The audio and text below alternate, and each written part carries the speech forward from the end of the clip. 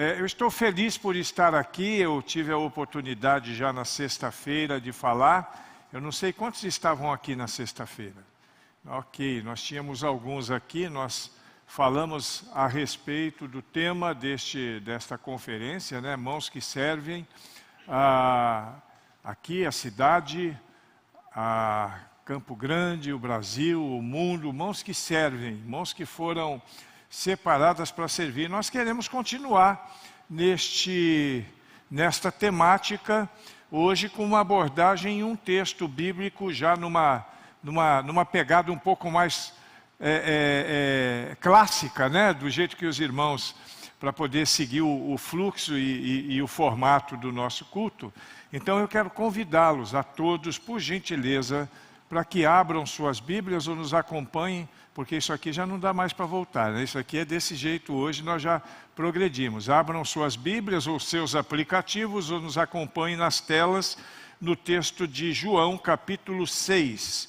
E nós vamos ler dos versículos 1 até o versículo de número 13.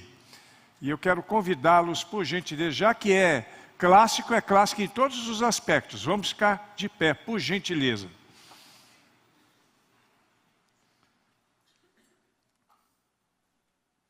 Inclusive a leitura será clássica também. Eu vou ler os versos ímpares e os irmãos, a uma só voz, todos lerão os versos pares. Amém, irmãos? Amém.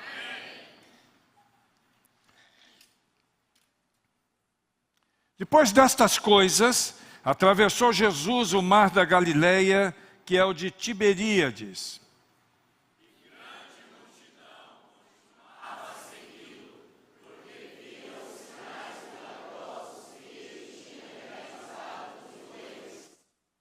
Então subiu Jesus ao monte e assentou-se ali com os seus discípulos.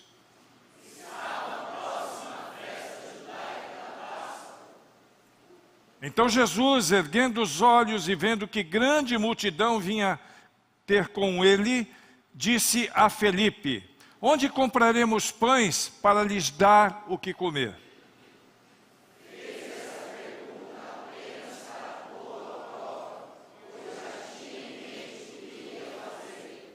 Respondeu-lhe Felipe: não lhe bastariam 200 denários de pão para receber cada um o seu pedaço.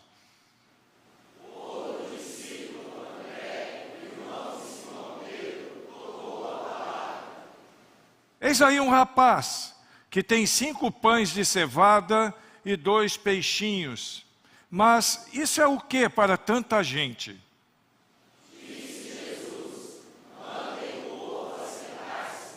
Havia muita grama naquele lugar, e todos se assentaram. Eram cerca de 5.000 homens. Então Jesus tomou os pães e, tendo dado graça, distribuiu-os entre eles. E também igualmente os peixes, quanto queriam. Depois que todos receberam o suficiente para comer, disse aos seus discípulos: ajuntem os pedaços que sobraram, que nada seja desperdiçado.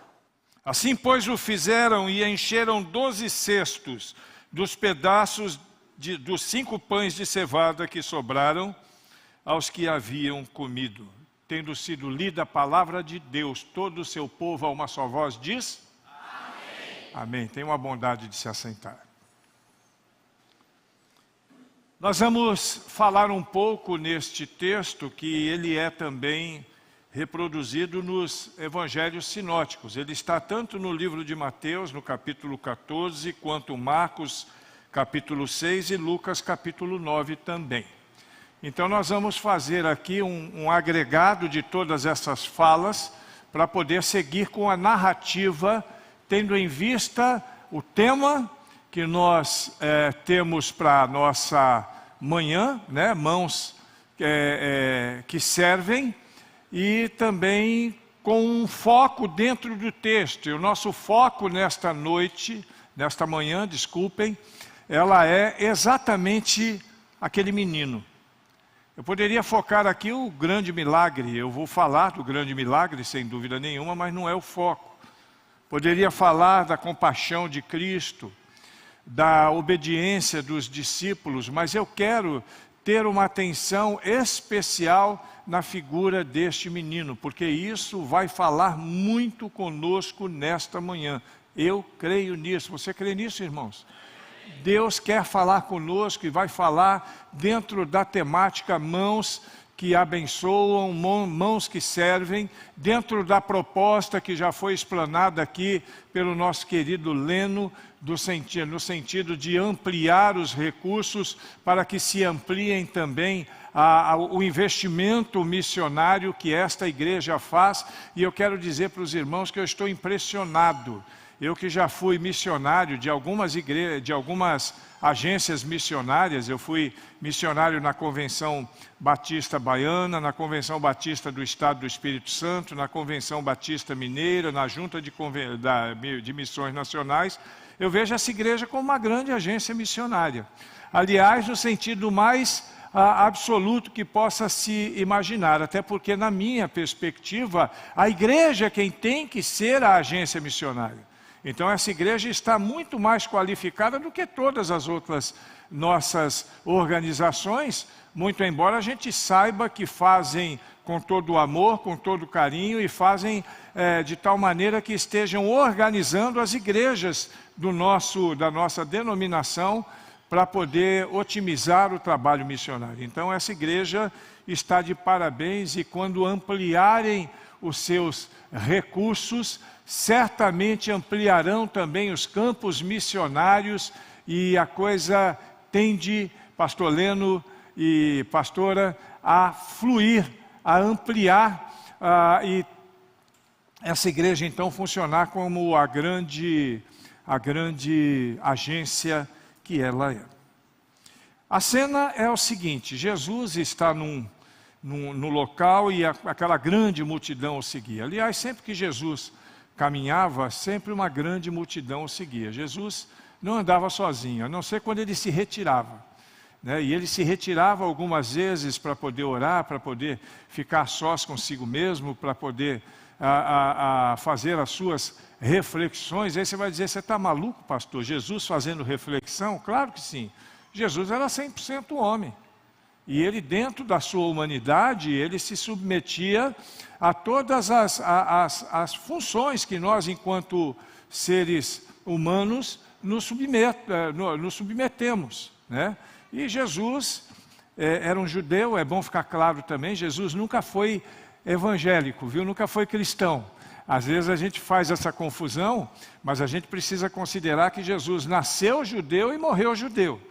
Ele traz a visão, ele faz a profecia, quer dizer, ele consolida, ele homologa a profecia que já vem sobre a criação da igreja, mas ele não fez parte de uma igreja enquanto vivo. Hoje faz. Jesus está aqui no meio de nós. Ele está aqui no meio de nós. Jesus é o cabeça da igreja que nós somos, não o templo. O templo é o prédio aonde a igreja se reúne. E isso é muito importante que nós saibamos também. Então Jesus está ali, junto com os seus discípulos, aqueles mais próximos, e também com aquela grande multidão. Uma multidão grande, mais de 5.000 homens, além de mulheres, além de pessoas idosas, de crianças, que dentro da cultura judaica não eram contados. Talvez se tivessem sido contados, aqui estivesse escrito, estava com ele cerca de 15, 20 mil pessoas, 30 mil pessoas, eu não sei quantas. Mas ali estavam cerca de 5.000 homens, mas as pessoas mais idosas, não que idoso não seja homem, por favor, me entenda. Mas nós estamos falando dentro de um contexto cultural aqui, As mulheres, as crianças e todo mundo. E ele falou, ele ensinou como ele sempre fazia, ele falava e trazia princípios que até hoje se aplicam à nossa vida de maneira excepcional, de maneira muito bonita, mas o tempo passou e em determinado momento então Jesus quer colocar em prática aquilo que ele já havia planejado. Eu quero dizer que nada que aconteceu na vida de Jesus, na caminhada de Jesus, foi aleatório. Nada. Tudo já estava nos planos de Deus. Desde o seu nascimento até a sua caminhada pelo mundo, a sua morte, a sua ressurreição, todos os eventos que fizeram parte da caminhada de Cristo. Ele sempre soube, porque ele sempre foi onisciente, ele não deixou de ser Deus. Eu falei de Jesus 100% homem, mas Jesus também era 100% Deus. E quando ele deixa a sua majestade, não significa que ele deixou a sua divindade. Ele veio como Deus, ele é Deus encarnado. Ele não deixou nunca de ser Deus. Agora, ele viveu de tal maneira que ele pudesse demonstrar para nós valores, conduta humana e cristã, para que nós pudéssemos ir ajustando as nossas vidas. É por isso que hoje nós nos chamamos cristãos, por causa do grande exemplo que Jesus deixou para nós. A palavra cristã, ela significa literalmente pequeno Cristo. Então nós somos pequenos Cristos, no sentido de seguir o exemplo de Cristo. Não que eu tenha todas as qualificativas de Cristo, né? Não existe isso. Apesar de que tem religião aí, tem algumas religiões aí que dizem, pelo menos uma que eu conheço, que diz, assim como Jesus foi homem, como Deus foi homem um dia, todos os homens serão deuses um dia também. A gente sabe que isso não é verdade, e isso é impossível, porque existe um único Deus. E aí na hora de comer, a coisa começou a ficar pequena. Por quê? Porque tinha muita gente, milhares de pessoas. Eles não tinham um container de comida, ou seja lá o que for, para que pudesse alimentar aquela pessoa, e aí ele recorreu às finanças. Foi lá conversar com a tesouraria, né, com a contabilidade. Como é que está a situação aí? Olha, nós só temos aqui 200 denários, mas isso não dá nem para... né, eu acho que nem para um décimo, um centésimo dessas pessoas que está aí. É muito pouco dinheiro. Eu acho que Jesus nessa hora olha para a cara dele e fala assim, sabe de nada, inocente. Espera um pouquinho aí que você vai ver como é que funciona. E aí então Jesus, ele pergunta, né, se tem alguma coisa. Não tem nada disponível? Jesus já sabia. Aí é que aparece a figura do jovem que eu acabei de falar, que vai ser o nosso foco. É um menino, talvez da idade desse menino, não sei quantos anos ele tinha. Um menino que estava no meio da multidão, e eu imagino aquele menino no meio da multidão no seguinte contexto. Eu acho que a mãe, essa é a minha viagem, né? Ontem o pastor Pedro fez uma viagem com relação a esse menino, mas eu tenho outra, né? São abstrações que a gente faz do texto e que a gente cria para poder dar um entendimento melhor. Eu acho que a mãe do menino falou, meu filho, vai lá na padaria do seu João e compra ali 5 pães, aproveita e passa na peixaria e traz 2 peixes também, para a gente alimentar a turma aqui em casa. Daqui a pouquinho está na hora de comer. E o menino foi. Essa é a minha visão, assim digo eu, não o Senhor, né? E enquanto o menino... eu gosto disso. Enquanto o menino vai, ele compra os pães, ele compra os peixes, e ele vem, e quando ele volta, ele vê a multidão e ele para. E talvez o menino estivesse próximo ali de André, né? E de Jesus, quando Jesus faz a pergunta, o que é que nós temos? E aí eu imagino, não na cena que o Pedro do Borel falou ontem, né, de João chegando com todo amor, ou de Pedro chegando, né, mas eu imagino o menino fazendo assim, eu tenho aqui um negocinho, será que serve? Né? Eu tenho aqui, aí mostrou para André, e André então fala para Jesus, olha, tem aqui um menininho aqui, ó. Ele acabou de me mostrar, ele só tem 5 pães e 2 peixinhos. Eu sei que é pouco, mas ele tem. Aí Jesus diz o quê? Tá bom, tudo que eu preciso, manda a turma se assentar. E a turma se assentou, e Jesus pegou o que aquele menino tinha nas mãos, abençoou, e pediu que os seus discípulos então distribuíssem entre aquela multidão. E aqueles 5 pães e 2 peixinhos alimentaram todo aquele povo que estava ali, milhares de pessoas. E ainda sobraram 12 cestos cheios. A história é muito bonita. Eu confesso para vocês que eu gostaria muito de ter comido daquele peixe naquele momento. Quantos aqui gostariam de estar naquele lugar? Teria sido lindo, já imaginou? Ver aqueles discípulos com cara de bobo, né? Sem entender nada, cortando pão e dando para um, cortando pão e dando para outro, e aquele pão que não acabava, fazendo até lembrar a mulher do azeite, né? Colocando o azeite dentro dos potes, numa vasilhinha que nunca acabava. São coisas que só Deus faz. O milagre quem fez foi Deus. Quanto a isso não se discute.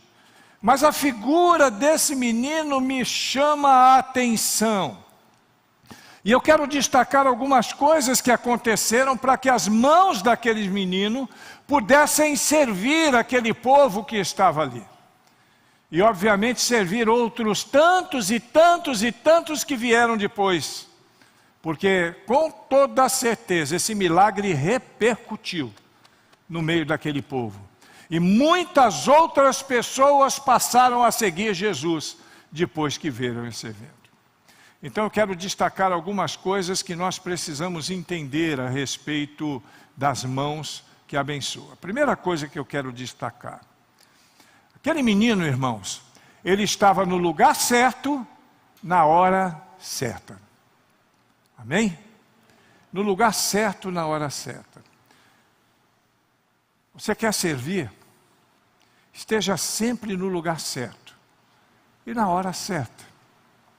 Pastor, como é que eu vou saber qual é o lugar certo e qual a hora certa? Deixe-se levar pelos ventos do Espírito Santo de Deus. Se você tem uma vida conectada no Senhor, se a sua vida está conectada em Deus, então Deus vai conduzi-lo nessa caminhada, para você poder estar no lugar certo. Quer ver uma coisa? Você agora está no lugar certo. Porque Deus te trouxe aqui para adorar, para ouvir uma palavra e para tomar decisões na sua vida. Quando você está no lugar certo, quando você está na hora certa, você ouve de Deus aquilo que Ele tem para você. E aí você pode ou não tomar a decisão certa. O menino estava no lugar certo, ele podia ter pego os pães e os peixes, e talvez até quando ele ouviu Jesus conversando ali, vou sair logo daqui, senão vai sobrar para mim, né? E eu vou acabar tomando uma surra em casa, se eu desse pão aqui e chegar sem pão. Correu um risco, né? Mas ele estava no lugar certo, na hora certa. Esteja sempre, irmãos, no lugar certo. Deus tem propósitos para você. Deus tinha um propósito para aquele menino. Aquele menino não estava ali de forma aleatória, não. Aquele menino não estava ali por qualquer outro motivo que não fosse a vontade de Deus e a direção de Deus para que ele estivesse ali. Ele poderia resistir em estar naquele lugar? Claro que poderia. Como nós podemos. Quer ver uma coisa? Você veio para o culto, mas quantas pessoas deixaram de vir para o culto de maneira espontânea? Não quiseram vir, simplesmente não quiseram. Alguém obriga você a vir para o culto? Alguém obriga você a fazer sua oferta missionária?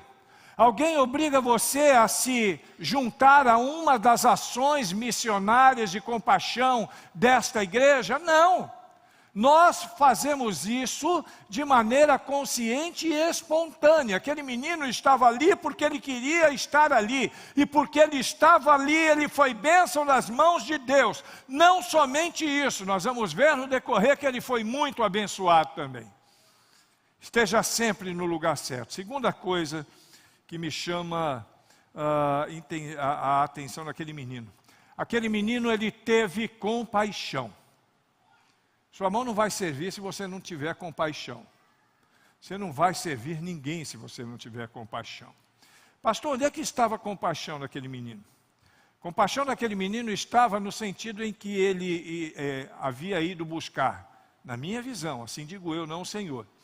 Ou ele tinha comida para a sua família, mas ele olhou aquela multidão com fome e decidiu, mesmo correndo o risco de ter algum tipo de dificuldade com sua mãe, com sua família, ele decidiu entregar a Jesus, por amor àquelas pessoas e por fé que ele tinha naquele que estava com aquela multidão naquele momento. Você precisa ter compaixão, irmãos. Eu vi alguns dos projetos que essa igreja faz e, de fato, e novamente eu quero dizer que eu saio daqui impressionado. Eu já andei em igrejas nesse Brasil todo, não são todas as igrejas que têm essa mesma pegada, não. Não são todas as igrejas. Essa igreja, de fato, é uma igreja missionária, e isso é claro. Mas isso vai acontecer na medida que nós tivermos compaixão. Compaixão é sentir no coração a dor do outro. É empatia.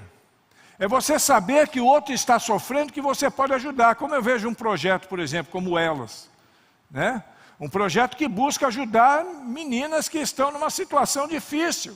E talvez alguém possa pensar assim, eu não tenho nada a ver com ela que se vire para lá, ela que procure o governo, ela que procure os seus pais, eu não vou ajudar ninguém não, mas é necessário que haja compaixão para o projeto nascer, e o projeto nasceu da compaixão e da visão de pessoas que amaram aquelas meninas. O projeto com dependentes químicos que vocês têm, é um projeto também que carece de muita compaixão para que aconteça. Você está pensando que é fácil lidar com dependente químico? Não é não. Eu vou dizer com conhecimento de causa por 2 motivos. Primeiro, porque eu fui dependente químico metade da minha vida. Segundo, porque eu sou especialista nessa área. Eu sou pós-graduado em dependência química, sou psicanalista e ainda tenho 6 especializações em universidades federais sobre a dependência química. Então eu sei o que é dependência química. E eu sei o quanto é difícil para aqueles monitores, eu não sei qual é a equipe, eu não vi essa equipe aqui ainda, mas eu sei que ela existe, que trabalham com os dependentes químicos. Mas creia, irmãos, creia, é necessário que haja compaixão para lidar com isso. Cristolândia é um projeto que nasceu a partir de uma perspectiva de compaixão do pastor Fernando Brandão, da Junta de Missões Nacionais e de todos aqueles que se juntaram para poder fazer aquele projeto surgir. No começo não se tinha ideia do que ia acontecer. Eu fiz parte do grupo que começou a implantar a Cristolândia no Brasil.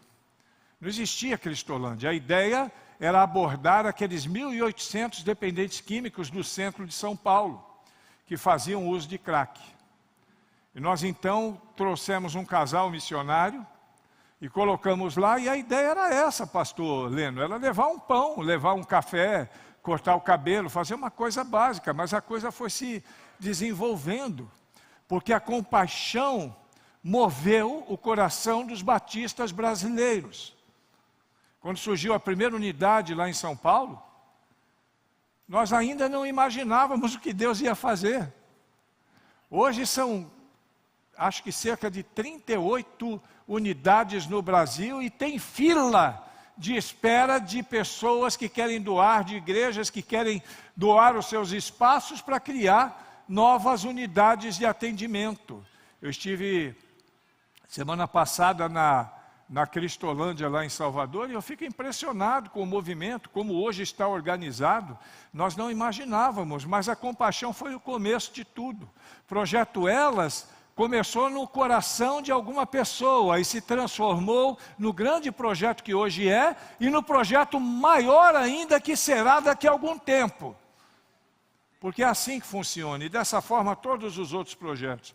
Você precisa ter compaixão no coração para poder se envolver, para entender que você tem que lidar com pessoas que vivem em situação de dificuldade. Terceira coisa, aquele menino, ele não deu o que estava sobrando. Ele deu tudo que tinha. Repita comigo, o menino deu tudo. Ele deu tudo. Ele podia ter chegado ali para o pessoal ali e ter dito assim, olha, André, eu tenho aqui, vamos fazer assim, eu vou dar 3 pães e um peixinho, eu vou levar um pão e 2 peixinhos lá para casa, a gente divide lá. E você dá um jeito aí, né? Dá o seu jeito aí. Mas ele não fez isso, ele deu tudo que tinha. E ontem o pastor Pedro ele falou uma coisa interessante. Tem gente que acha que quando se fala nisso, está se falando em dinheiro, mas não é isso não. Você acha que Deus precisa do seu dinheiro? Sinceramente. Deus não precisa do seu dinheiro. Deus é dono do ouro e da prata.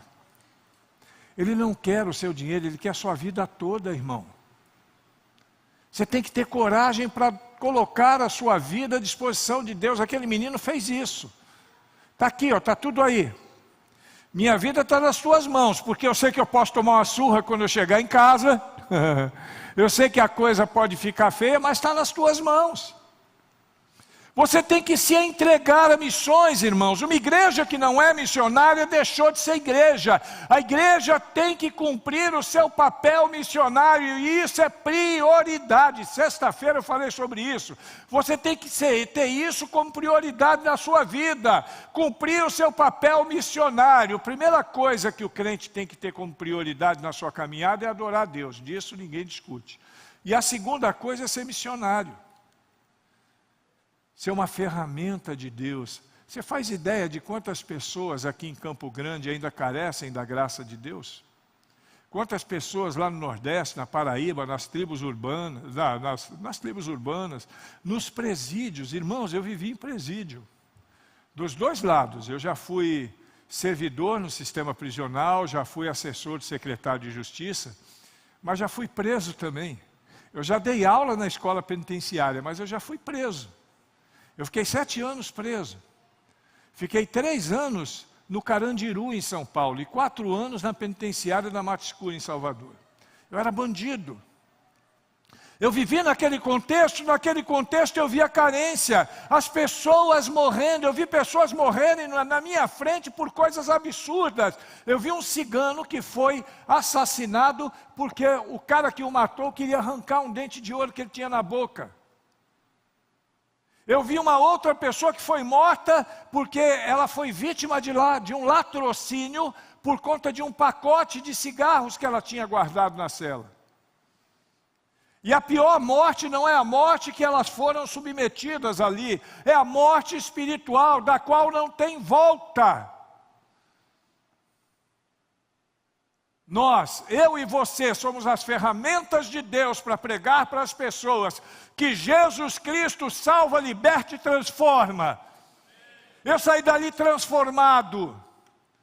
28 anos no crime, eu fui processado 9 vezes. Eu fugi da penitenciária 2 vezes, para você ver o tipo de pessoa que eu era. Fui processado por homicídio 2 vezes. Fui ladrão. Fui traficante, fui gigolô. Mas há 36 anos atrás, Jesus entrou na minha vida. Mudou a minha história. E mudou de verdade, irmãos. Pode acreditar nisso, me deu uma nova vida. Foi na cadeia que eu conheci Jesus Cristo. Foi na cadeia que eu conheci e me casei com a minha esposa. Foi na cadeia, eu fui batizado no Carandiru, no pavilhão 9. Já ouviu falar do pavilhão 9? É o pavilhão onde teve aquele massacre. Foi ali que eu fui batizado. Foi na cadeia que Deus me deu uma nova vida. Foi ali o meu primeiro seminário, porque dos 7 anos, 4 anos foi na presença do Senhor. Então o meu primeiro seminário começou na penitenciária em Salvador e terminou no Carandiru no ano do massacre, que eu saí do Carandiru no ano do massacre. Você também pode ser ferramenta nas mãos de Deus para tirar pessoas de dentro da prisão, da Cracolândia, dos prostíbulos, e mesmo nos meios sociais de elite. Quantas pessoas estão carecendo de Deus, que nunca tiveram presos, que nunca usaram drogas, mas que carecem de Deus e que estão morrendo. Você tem que ter compaixão para poder olhar para essas pessoas e ter disposição de entregar sua vida.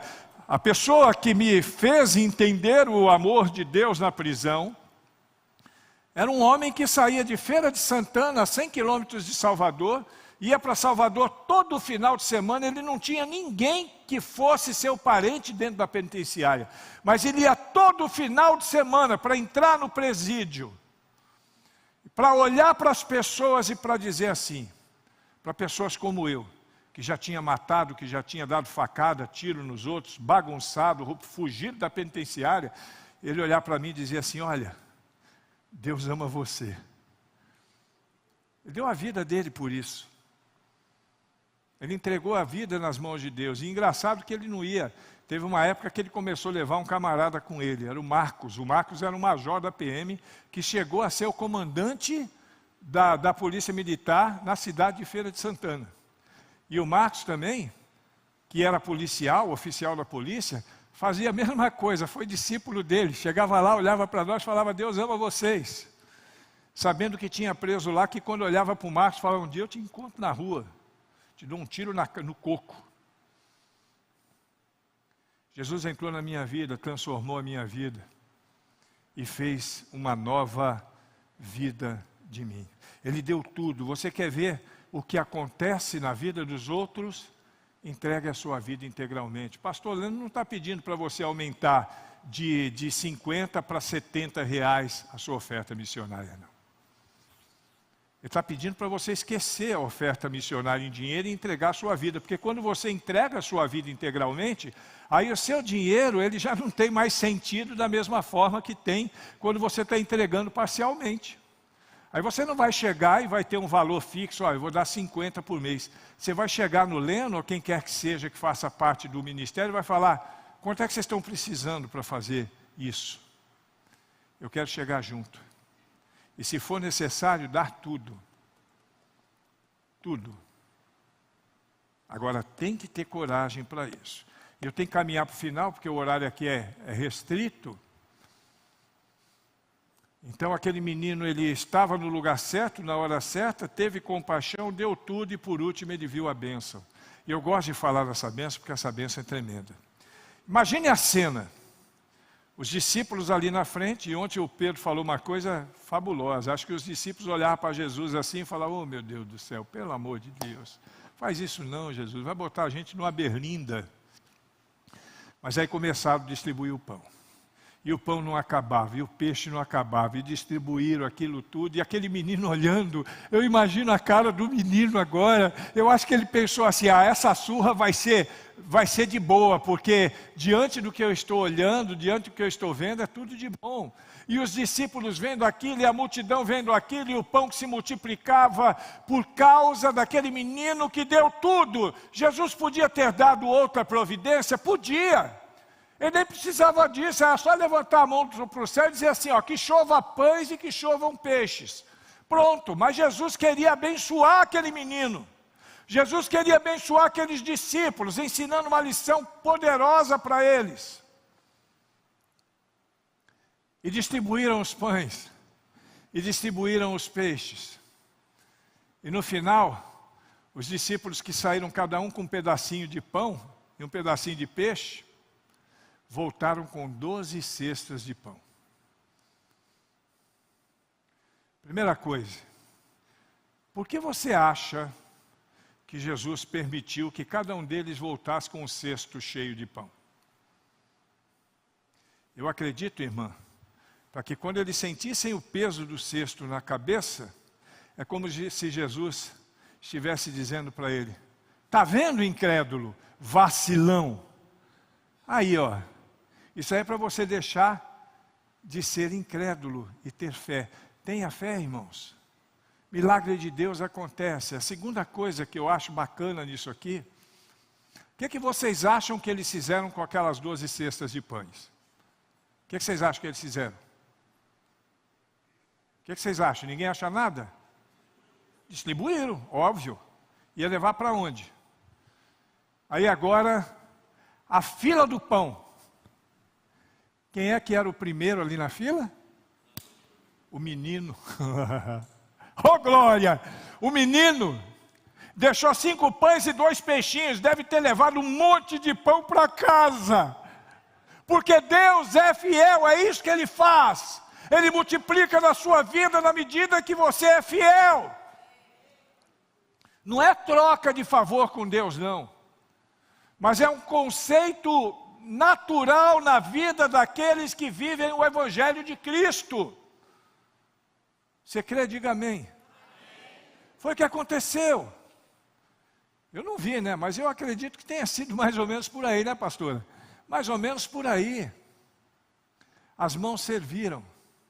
E a Bíblia diz, é princípio bíblico, é dando Como é que é o princípio? É dando. Você crê nisso? As suas mãos têm servido de maneira integral ou parcial? Ou é no estilo Ratinho? Uma vez eu vi o Ratinho falando a respeito de dízimo no programa dele. E ele falando, dízimo, todo mundo entende errado, como se ele fosse o teólogo mor da nação.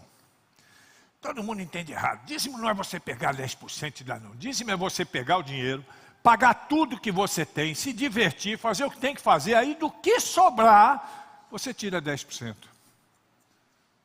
Será que é esse o princípio de Deus? Não. O princípio de Deus é honrar a Deus com as suas primícias, com aquilo que você tem mais valor. Engraçado, igreja, minha igreja tem muita gente pobre, não é igual essa aqui não, né? Minha igreja tem muita gente pobre. Aí eu vejo aquelas senhorinhas, que eu sei que muitas sobrevivem com um saláriozinho ou um benefício do governo, e elas vão no banco retirar o valor que lhes cabe, e algumas delas, elas fazem o seguinte, ela chega no banco, ela tira o dinheiro dentro do banco mesmo, ela conta, tira a parte que ela entende que cabe ao Senhor e guarda. Esse aqui eu posso usar, esse aqui não, que não é meu. Ah, meu irmão, se todo mundo entendesse isso, como a igreja ia caminhar. E aquele menino, então, ele aproveitou do melhor de Deus, por causa da sua fidelidade. Há 36 anos, quando eu entreguei a minha vida a Jesus Cristo, eu não imaginei que eu estaria pregando num lugar como esse.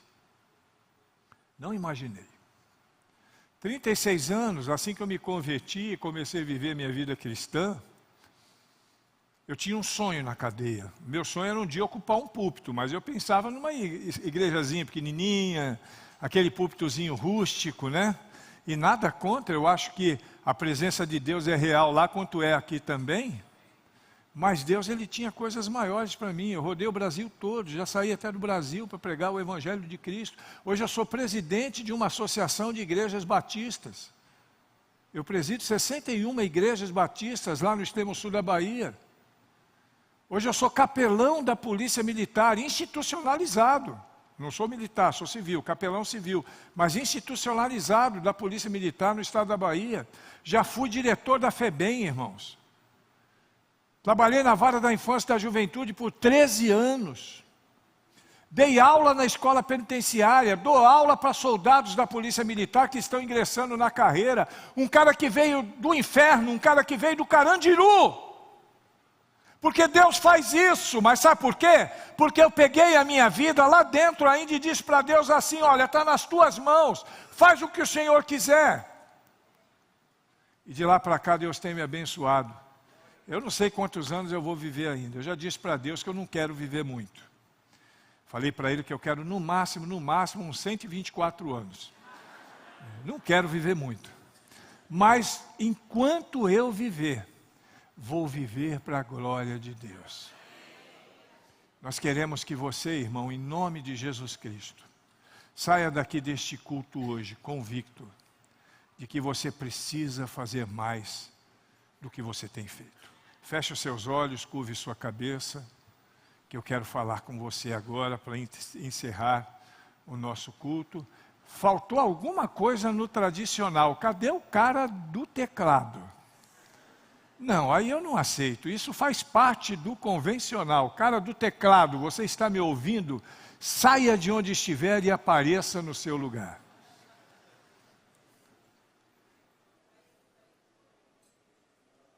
Ah, é você, né, infeliz?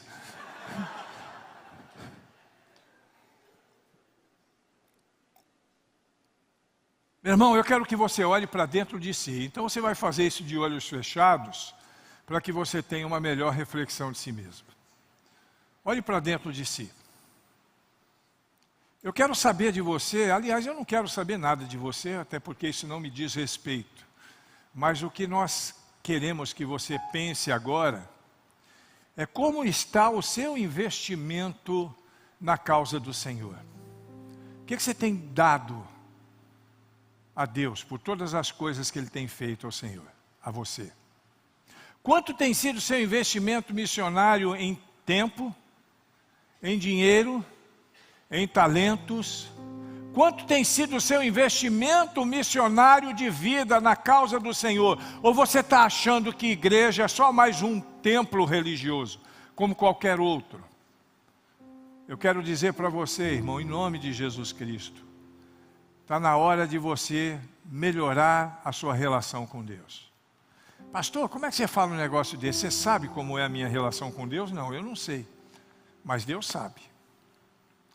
Ele conhece você. Ele conhece o seu interior. E essa reflexão só você pode fazer. Como está a sua relação com Deus? Em que nível está a sua relação com Deus? Superficial? Rasinho? Raso ou profundo? O que Deus espera de você é que você tenha um nível espiritual que seja o mais profundo possível. Sabe por quê? Porque isso vai repercutir na sua própria vida. Além de abençoar outras pessoas, você vai estar abençoando a si mesmo. E é claro que ninguém vai fazer por causa disso, mas é o que vai acontecer. Eu quero que você fique de pé. Por favor.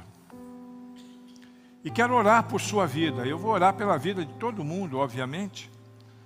Mas eu quero orar de maneira especial por qualquer pessoa que esteja aqui nessa manhã e que entenda que precisa mesmo melhorar o seu investimento. Você tem a coragem de assumir. Não, pastor, eu já invisto, mas eu tenho que fazer mais, eu posso fazer mais e eu quero fazer mais.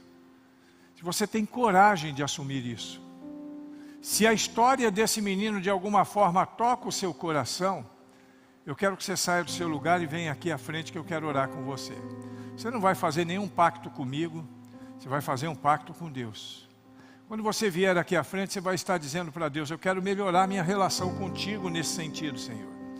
Eu quero me doar mais, eu quero me doar tudo. Eu quero que o Senhor faça no meu coração, que o Senhor traga no meu coração disposição, para que eu possa ser como aquele menino, sem medo, com coragem, com determinação, eu esteja pronto para poder doar a minha vida. Eu não estou preocupado com dinheiro não, Senhor, porque o nosso dinheiro, não se preocupe com dinheiro não, porque o nosso dinheiro procede de Deus. Se você trabalha é porque Deus te deu um trabalho.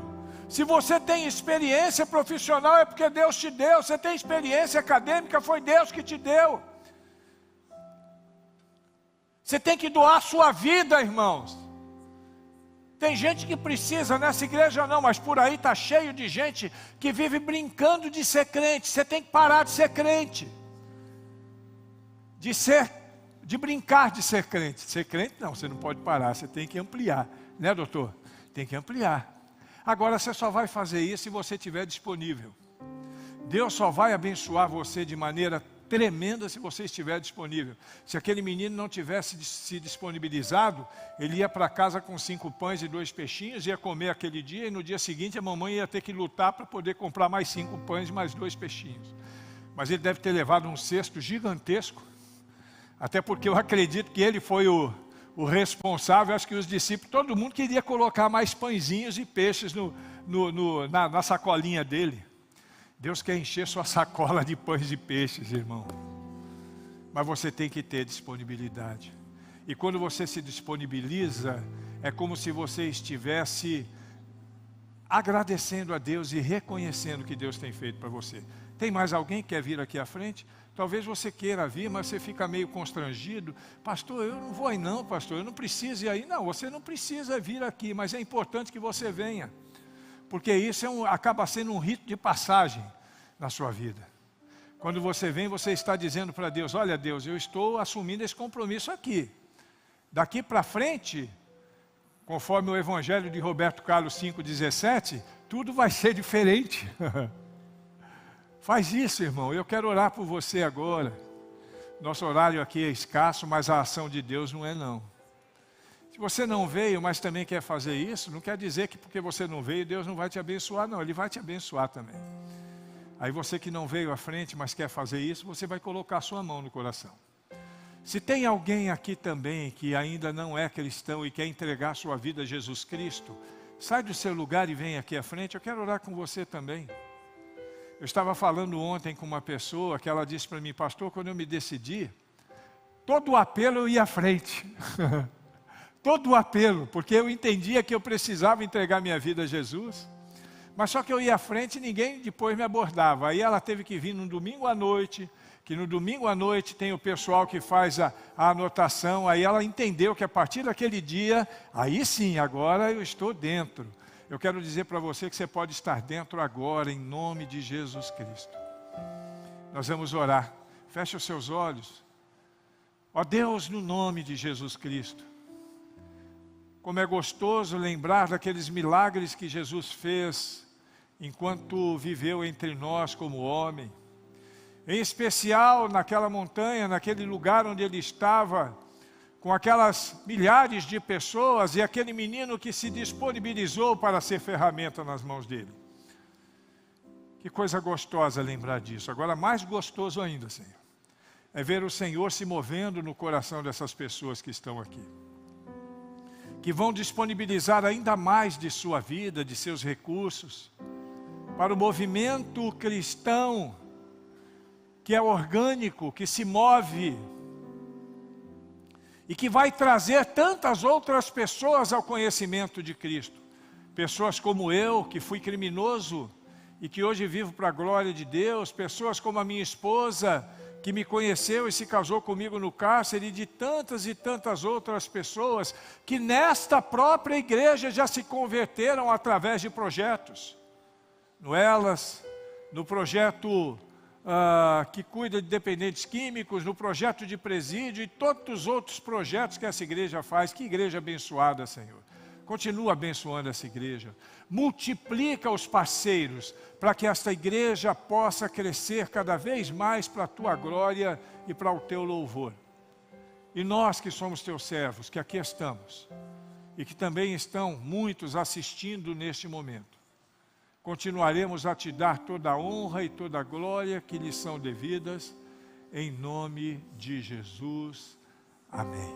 Você agora vai dar um abraço na pessoa do seu lado e vai dizer assim: nós somos coparticipantes na obra do Senhor, em nome de Jesus.